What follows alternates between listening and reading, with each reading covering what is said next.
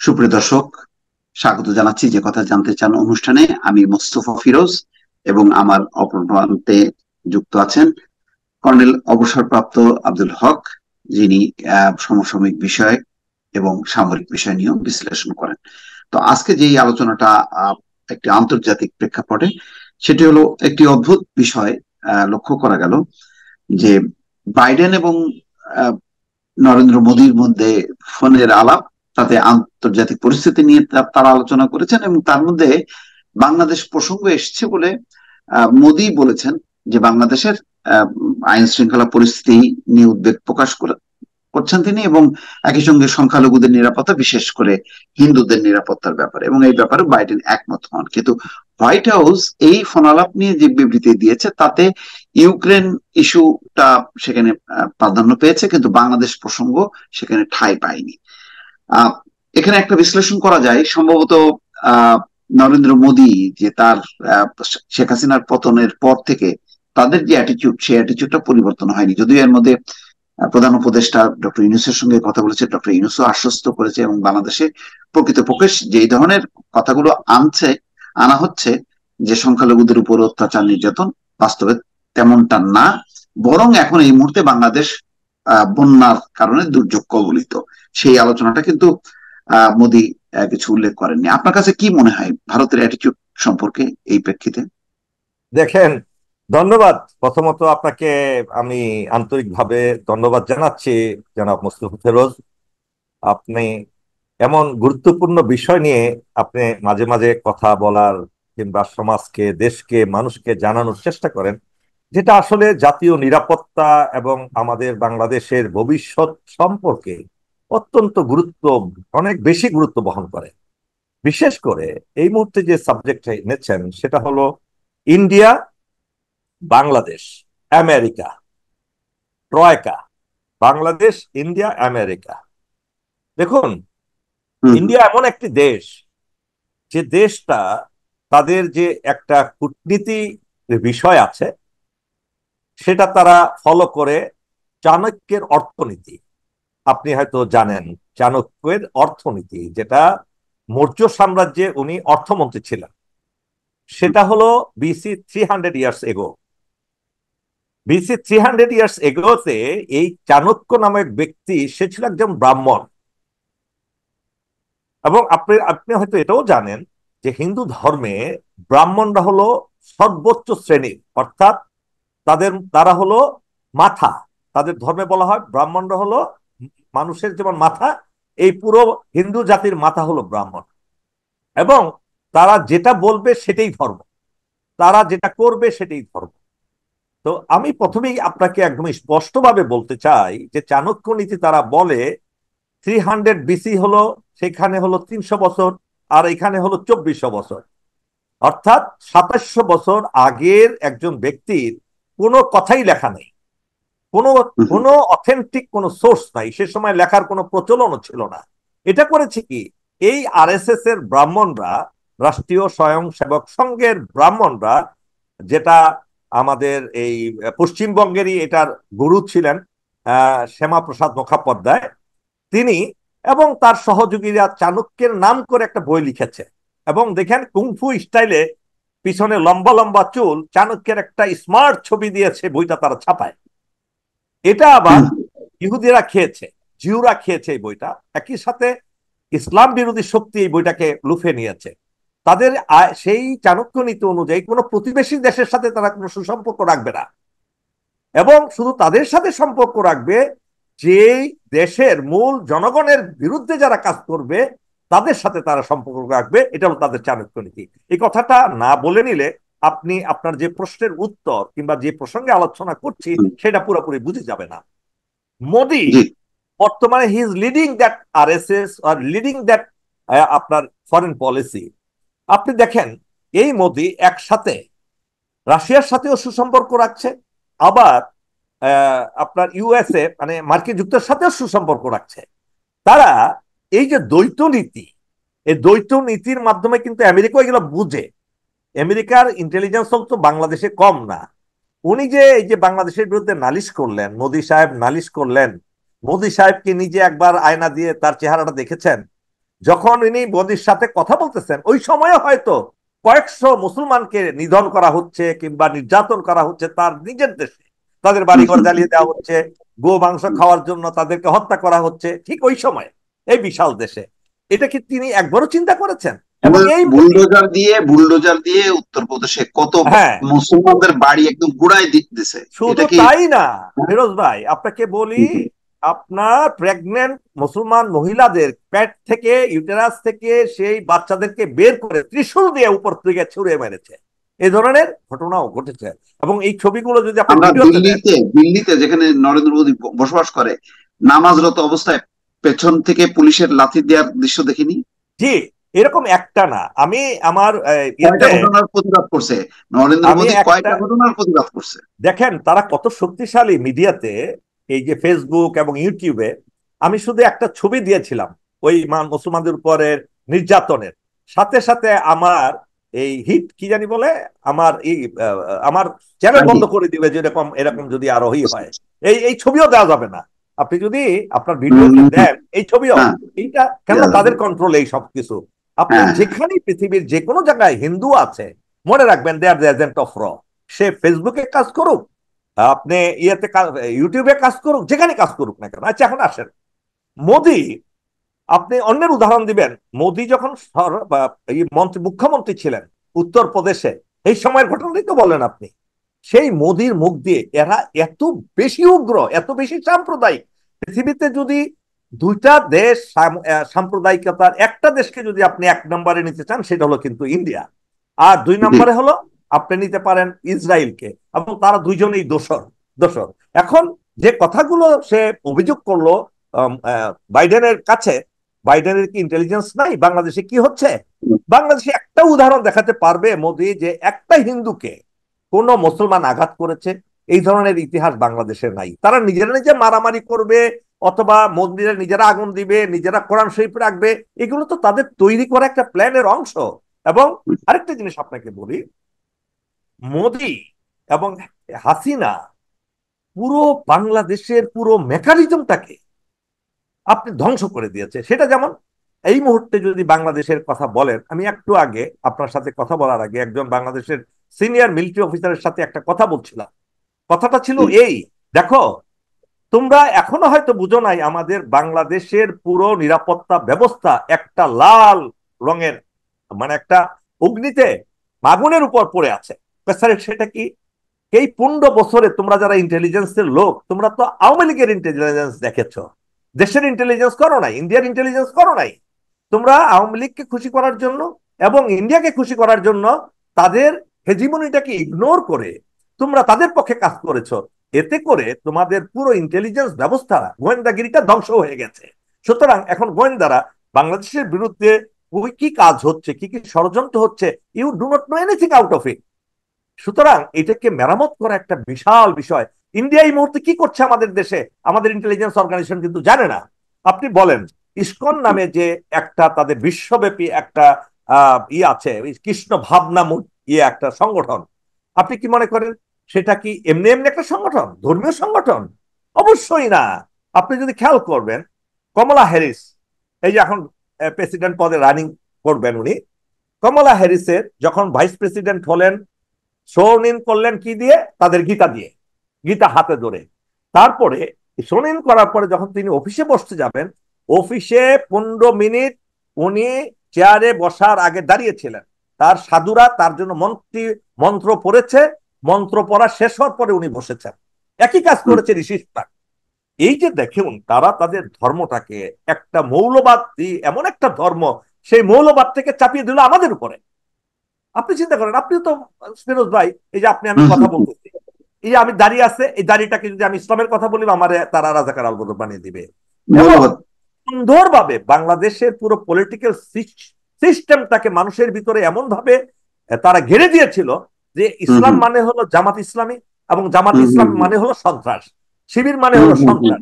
এখন কিন্তু আর মানুষ এটা খায় না। এখন আসুন আরেকটা কথা বলি, এই যে মোদি এই যে অভিযোগ করলো, সে কি একবার ভেবে দেখেছে এটা তার পক্ষে যাচ্ছে না বিপক্ষে যাচ্ছে?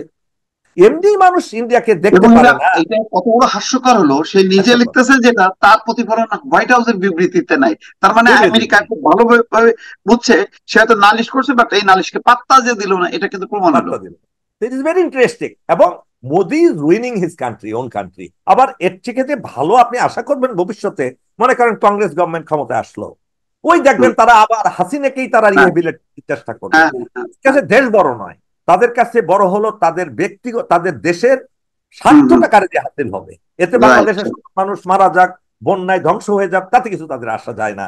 এই যে বন্যা পরিস্থিতিতে আপনি বলুন, হিন্দুরা তারা তাদের সর্বস্ব বিলিয়ে দিচ্ছে এই ইয়াদের জন্য, বন্যার্থদের সাহায্য করার জন্য। আর আমরা যখন সাহায্য নিয়ে যাচ্ছি, আমরা কি জিজ্ঞেস করছি আপনি হিন্দু আপনি পাবেন না, কি আপনি খ্রিস্টান আপনি পাবেন না? এই ধরনের একটা ইনসিডেন্ট দেখাতে পারবেন? পারবেন না। আমরা আমরা তো বরং এমন, দেখলাম যে অনেক মসজিদে হিন্দুরা এসে সেখানে আশ্রয় নিছে। ইয়েস, ইয়েস, শুধু আশ্রয় না, তাদের থাকা খাওয়ার সমস্ত ব্যবস্থা করা হয়েছে।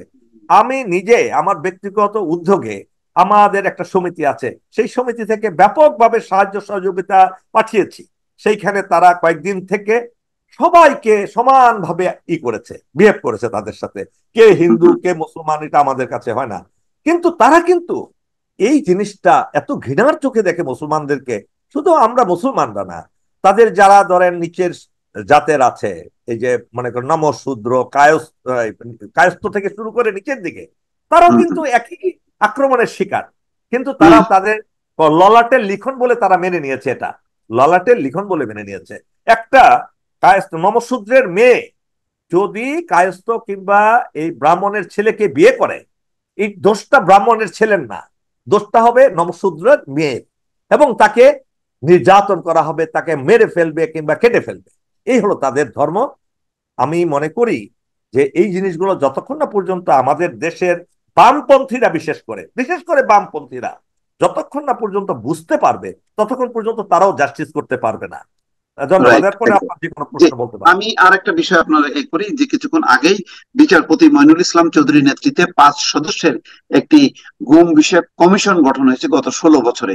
এই গুম বিষয়ক ঘটনা নিয়ে আপনি জানেন যে জাতিসংঘের যে মানবাধিকার বিষয়ক যে হাই কমিশন, তারা গুম বিষয়ক কমিটিকে বাংলাদেশে পাঠানোর চেষ্টা করেছে, বাংলাদেশের কাছে তালিকা দিয়েছে যে এই মানুষগুলো কোথায় নিখোঁজ হলো। তখন রীতিমতো ঠাট্টা করা হলো যে কেউ ব্যক্তিগত প্রণয় প্রেম ঘাটিত বিষয়, সংসারে দাম্পত্য কলহ, ঋণ, ব্যাংকের ঋণ, লোন, বা নিজেদের অপরাধের কারণে তারা নিজেরাই মানে আত্মগোপনে গেছে, বা ভূমধ্যসাগর পাড়ি দিয়ে তারা ডুবে গেছে, এই সমস্ত গুলি বলা হলো। এখন এই যে কমিশনটা গঠন হলো, এবং ধারণা করা যায় যে গুম বিষয়ক যে সনদে বাংলাদেশ স্বাক্ষর করবে, তার মানে আপনার কাছে কি মনে হয় যে এটা খুব জরুরি ছিল এবং প্রাসঙ্গিক ছিল কিনা? আমি তো মনে করি যে আমাদের যে অন্তর্বর্তীকালীন সরকার, ডক্টর ইউনূসের নেতৃত্বে যেটা গঠিত হয়েছে, very maturely handling the situation I feel personally. যদিও কিছু কিছু জায়গায় দুর্বলতা থাকতেই পারে, কেননা তাদের most of them are not oriented with the administration of the country. তাদের তো ধরেন এনজিও থেকে যারা এসছে কিংবা আমাদের সমন্বয়ক হিসেবে যারা এখানে কাজ হুম, হুম, করছে, তাদের তো একটা অ্যাডমিনিস্ট্রেশন, রাষ্ট্রীয় অ্যাডমিনিস্ট্রেশন চালানোর কোনো অভিজ্ঞতা তাদের নাই। হ্যাঁ, এটা কিন্তু একটা বিশাল বিষয়। একটা রাষ্ট্র চালানো খুব খুব সোজা বিষয় না। এটাকে আপনার ডাইনামিক্সটা অথবা এটা রসায়নটা না বুঝলে সঠিক সিদ্ধান্ত, তাদের বডি ল্যাঙ্গুয়েজ বলেন, তাদের কথাবার্তা বলেন, সবকিছুতে ম্যাচিউরিটি, এটা স্বাভাবিকভাবেই একটু অভাব থাকবে, সাধারণ স্বাভাবিক বিষয়। But they are doing very good. যেমন আমাদের ডক্টর ইউনূস প্রথম যে এই যে গতকাল যে ইটা রাখলেন জাতির উদ্দেশ্যে, পরশুদিন যে ভাষণটা দিলেন, খুবই ম্যাচিউরলি উনি কিন্তু কথা বলেছেন, হুম, হুম, আপনি খেয়াল হুম, হুম, করবেন। এবং হ্যাঁ, হ্যাঁ, খুবই খুবই মুগ্ধ ম্যাচিউরলি করার তার মতো। প্রত্যেকটা শব্দ চয়ন, শব্দ হুম, চয়ন। হুম। আমার বিশেষ আমাকে এসে আবার দেখানো, দেখো উনি কত সুন্দর করে একটা পুরো জিনিসটাকে এক্সপ্লেইন করলেন, কত ভদ্রতা বিনয়ের সাথে। এবং সব এখন ক্ষেত্রে আসলে, আমরা আমরা বাংলাদেশ হ্যাঁ, একটা আমরা, পরিবার। উনি কিন্তু আই ভিটামিন ব্যবহার করেন নাই। আই না, ভিটামিনে আক্রান্ত না, ভিটামিন আই হ্যাঁ, আক্রান্ত না, ভিটামিন হুম, we, he is we, using we. হুম, এটা একটা মানুষের বড় বড় বড় মানুষের একটা পরিচয়, মহত্বের পরিচয়। তো হুম, হুম, আজকে যেই বিচারপতি মইনুল, উনি হুম, এটার হেড হয়েছেন, গুম জি, খুন ইত্যাদির একটা, হুম, হুম, আমি বলবো যে আমি পুরো কমিশনটা কে কে আছে আমি ঠিক জানি না এই মুহূর্তে, যদি আপনি হুম। বলেন আগে নামগুলো। আছে কি আপনার সামনে জি, নামগুলো আছে? এর সাথে আছে আরেকজন বিচারপতি, তারপরে আছেন হচ্ছে আহ, নূর খান। নূর খান তো খুবই নূর খান পরিচিত মানুষ। পুলিশের আইজি ছিলেন, আইজি ছিলেন। না না না, এই নূর খান না, ওই যে মানবাধিকার যে ও আচ্ছা একজন আচ্ছা আচ্ছা, নূর বুঝতে খান। পেরেছি। হ্যাঁ, তারপরে ফরিদ আহমেদ চৌধুরী, নাবিলা ইদ্রিস, সাজ্জাদ হোসেন। বাকিদেরকে চিনি না, কিন্তু নূর খান পরিচিত বাট মানুষ। আমি উনি মনে অনেকদিন করি এই গুমের বিরুদ্ধে কথা বলছেন। প্রথমেই আমি বলবো যে কমিশনটা পরিপূর্ণ নয়। এই আচ্ছা। কমিশনের পরিধিটা আরো বাড়িয়ে হুম এইখানে হুম এখানে এফেক্টেড লোক সম্পর্কে যাদের ধারণা আছে, যেমন ধরেন মিলিটারি থেকে অনেকে অ্যাবডাক্টেড হয়েছে, মিলিটারি থেকে কিন্তু আপনার right, হয়তো মিলিটারির অনেক খবরগুলো বাইরের জগৎ জানে না। হুম আগে টার্গেট ছিল, প্রথম টার্গেট ছিল তাদের মিলিটারি, এই হাসিনা সরকারের। হুম এবং হুম হুম এই সমস্ত গুম খুনের নায়ক কিন্তু জেনারেল তারেক সিদ্দিকী, এটা মনে রাখতে হবে আপনার। জেনারেল হুম তারেক হুম হুম হুম সিদ্দিকীর মাধ্যমে ইন্ডিয়া তাদের যার যার নাম বলেছে তাদেরকে অ্যাবডাক্ট করা হয়েছে, খুন করা হয়েছে, গুম করা হয়েছে। এই দুইজনের সরাসরি Ajit Doval, Tarek Siddiqui, and then army, that incomes to the army. কারণ আর্মির লোকেরা এটাতে সরাসরি ইনভলভ হয়ে গেছে, যারা যেমন আমাদের র্যাব র্যাব ইনভলভ হয়েছে, আবার একই সাথে ডিজিএফআই ইনভলভ হয়েছে। এই যে এই খুন গুম, এই জিনিসটা পুরোপুরি ভাবে বুঝতে হলে আপনাকে অবশ্যই সামরিক বাহিনী থেকে, সেনাবাহিনী থেকে হুম হুম এক্সপার্ট হুম কয়েকজন রাখা উচিত বলে আমি মনে হুম। করি। এখনো তো ইচ্ছা এরকম না তো কোরআন শরীফের আদেশ অনুযায়ী তারা করেছেন, না অবশ্যই না, এখানে করা যাবে, কমিশনের পরিধি execute বাড়তে করা পারে যাবে, প্রয়োজন অনুযায়ী। হ্যাঁ। এখান থেকে জি নিতে হবে। একই জি। সাথে হুম ভালো আইনজীবী যারা হুম এই গুমের মামলা করেছেন কিংবা এই সম্বন্ধে এক্সপার্টিজ, তারা কাজ করতে করতে কিন্তু একটা জিনিস তারা জেনে ফেলেছেন, তাদেরও দু একজন রাখলে ভালো হবে। তৃতীয়ত হলো পুলিশ, আর যদিও আর্মির নামটা বেশি ভাবে চলে আসে, কিন্তু এই যে ডিবি হারুন, ডিবি মনির, হুম হুম মনির মনির এবং হারুন কিন্তু পৃথিবীর ইতিহাসে, শুধু বাংলাদেশের ইতিহাসে না, মোস্ট ডুবিয়াস, মোস্ট মানে হাইলি কোয়ালিফাইড টেরোরিস্ট, হ্যাঁ, in disguise of uniform, in disguise of police uniform. এই হুম হুম হুম দুজনে হুম। কিন্তু ব্রেন চাইল্ড অফ অল গুণ খুন খুন। এবং আয়নাঘর তো আমরা শুধু ডিজিএফআই এর আয়নাঘরের কথা শুনি, ডিজিএফআই এর আয়নাঘরের চেয়েও বহু গুণে বেশি মানুষ অ্যাবডাক্ট হয়েছে এই হারুনের মাধ্যমে এবং আপনার এই মনিরের মাধ্যমে।